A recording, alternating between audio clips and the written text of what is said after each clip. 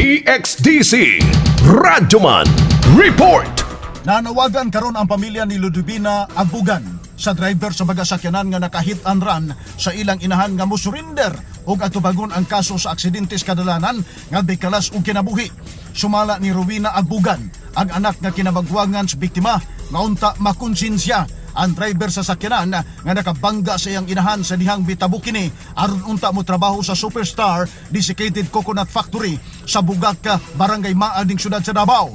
Matod sa anak nga mag-unsa sila karon nga wala nang ilang inahan nga mao'y nagsuporta sa ilang pag-eskwela didto sa Baganga, Davao Oriental.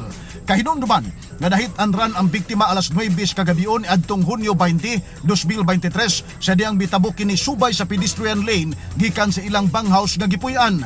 Ang Traffic Enforcement Unit sa DCPO hangtod karon nagpadayon pa sa ilang investigasyon kay way nakaila sa mga sakyanan nga nakahit and run sa trabahante. Adi karon ang tipik sa pamahayag ni Rowena Agbugan.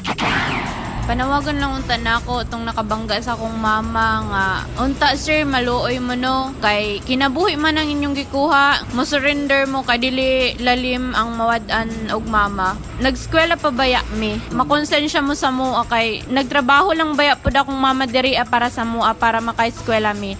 So karon nawala siya magunsa na lang pud mi kuya uncle sir maluoy mo sa mua para mahatagan pud og gusti siya akong mama. Kasama mo kadto ang atong mga balitang impormasyon. Kini sa Radyo Mandudong Rin Lubasbog, reaching millions nationwide and worldwide for 70 years. Tatak Ariben. Tatak RMN.